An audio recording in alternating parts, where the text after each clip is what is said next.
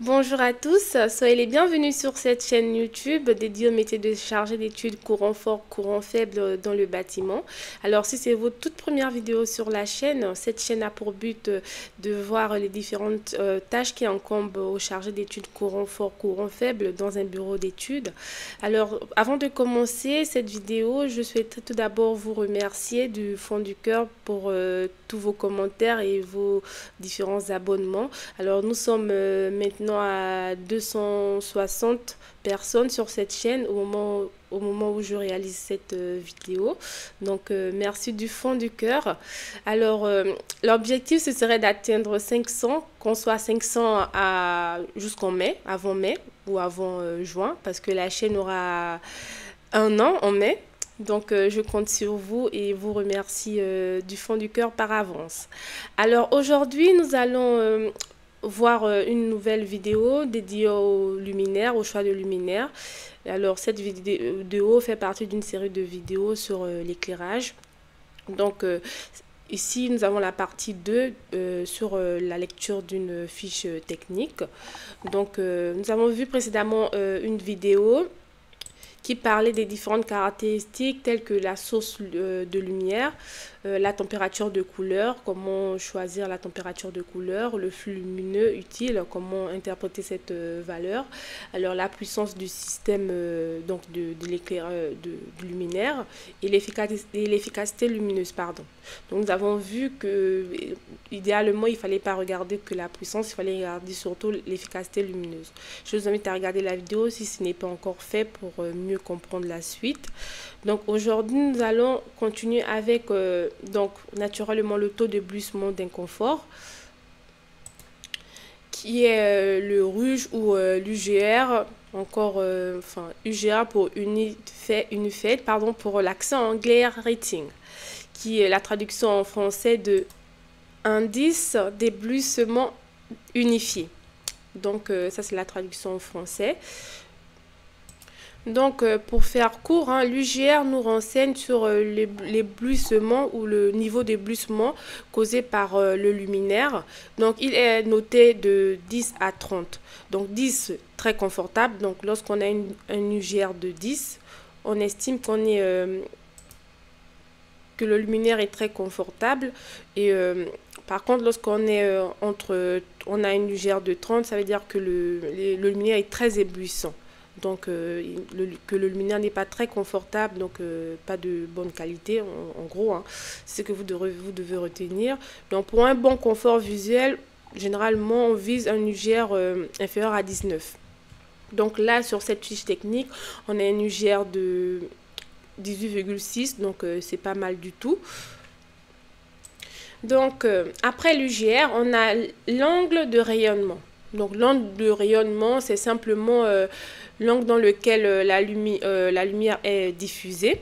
Donc un petit angle, généralement c'est pour cibler ou éclairer un espace, un endroit précis. Un grand angle c'est pour éclairer un grand espace. Donc c'est ce que vous devez retenir simplement ici. Vous avez une petite image qui vous montre que lorsqu'on a 10 degrés, ça veut dire qu'on a un petit angle. Lorsqu'on a 36, on a un grand angle. Donc on éclaire un espace beaucoup plus important. Ensuite, après l'angle, nous avons la durée de vue du luminaire. Bon, ça, c'est une caractéristique qui, moi, m'importe beaucoup, hein. Je regarde souvent la durée de vue du luminaire. Donc là, nous avons 50 000 heures en termes de durée de vie, parce que la durée de vie du luminaire est indiquée généralement en heures sur les fiches techniques. Ensuite, à côté de 50 000 heures, nous avons une autre caractéristique qui est entre parenthèses ici L80-B10. Alors pour comprendre ça, cette caractéristique là, pardon, donc le L80 signifie que le luminaire conservera au moins 80% de son flux lumineux initial après les 50 000 heures, pas 500. Alors j'ai rectifié la petite erreur. Donc comme je vous le disais, le L80 signifie que 80% le luminaire conservera 80% de son flux lumineux initial après 50 000 heures. Donc là, nous avions 35, le flux lumineux était égal à 3500 lumens. Donc, c'est ce qui signifie que après 50 000 heures, nous aurons 2800 lumens au lieu de 35 000 lumens. Donc, voilà. Alors, le B10 signifie que 10% des luminaires, bon, le 10 signifie que 10% des luminaires auront une baisse de performance plus rapide ou cesseront même de fonctionner avant d'atteindre les 50 000 heures. Donc, voilà. Pour que ça soit plus clair, hein, je vais vous donner un exemple que je n'ai pas forcément mis en diapo pour ne pas alourdir la vidéo. Donc, si je vous... Après la vidéo sur la chaîne, je vous mettrai des QCM pour vous permettre de reviser et pour voir si vous avez bien compris cette caractéristique-là.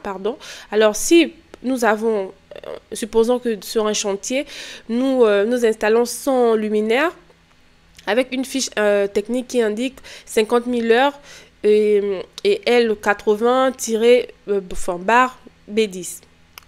Cela signifie qu'après 50 000 heures, qui est environ, si je ne me trompe pas, 17 ans, si le luminaire est utilisé 8 heures par jour, donc 90 ampoules sur les 100 continueront à fonctionner avec au moins 80% de leur luminosité d'origine.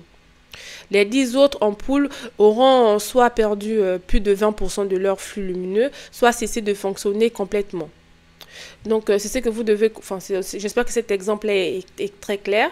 Sinon, n'hésitez pas à me le mettre en commentaire. Je ferai une vidéo spéciale pour cette caractéristique-là. Parce que je sais que c'est pas c'est pas souvent très clair.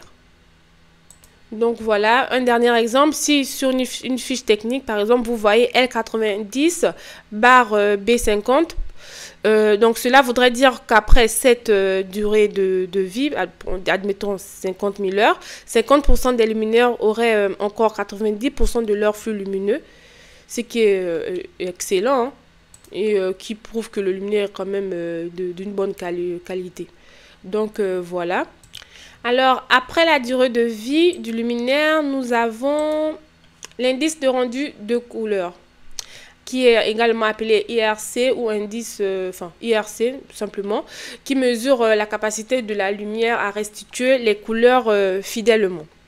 Donc, pour vous expliquer, normalement, la lumière naturelle, la lumière artificielle, entre guillemets, les luminaires, cherchent à je ne veux pas dire à être comme la lumière naturelle, mais le but c'est que la lumière artificielle nous éclaire comme la lumière naturelle. Donc là, l'indice de rendu de couleur nous renseigne sur la capacité de la lumière à restituer les couleurs des objets qui sont éclairés. J'espère que c'est clair pour vous. Donc, comme vous le voyez dans ce petit exemple, hein, on voit que la lumière naturelle éclaire cette pomme rouge. Et c'est indiqué que la température de couleur ici est de 5000 Kelvin. Donc, on voit que la petite dame ici, elle perçoit la couleur rouge. Voilà, les flèches indiquent que la petite dame perçoit bien que la pomme, elle est de couleur rouge vif. Avec le luminaire, donc la lumière artificielle, qui a une caractéristique de 5000 Kelvin, qui éclaire la même pomme rouge, on voit que le rendu de couleur n'est pas vraiment réaliste, n'est pas vraiment réel, parce que on a, comment dirais-je, on voit que la pomme n'est plus la petite dame ne voit pas la pomme de manière, la pomme n'est plus très rouge vif comme elle est en réalité, mais elle est un peu plus terne, voilà. Donc, ce que vous devez retenir ici, c'est que l'indice de rendu de couleur est noté généralement la base, c'est de 0 à 100. 0 pour dire que la couleur est très terne, c'est que le rendu de couleur n'est pas très bonne.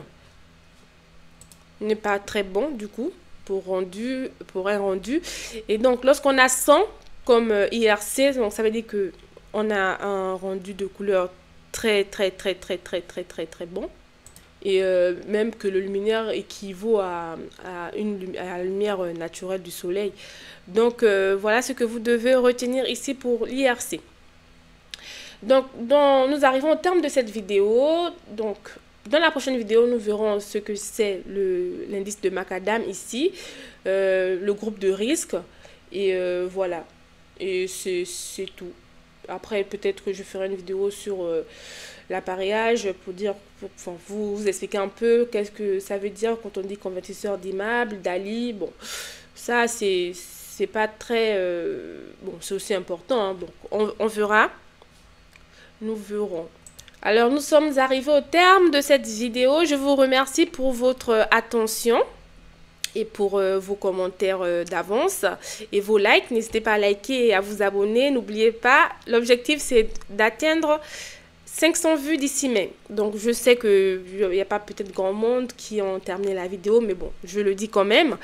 Donc, si la vidéo vous a plu, n'hésitez pas à liker, vous abonner. Et voilà, je vous dis à une très prochaine vidéo. Et aussi, la précédente vidéo sur comment bien choisir son luminaire est sur la chaîne. Donc, je l'ai entouré ici. Vous voyez, étude clairement comment bien choisir un luminaire. Donc, voilà. Merci beaucoup et à très bientôt.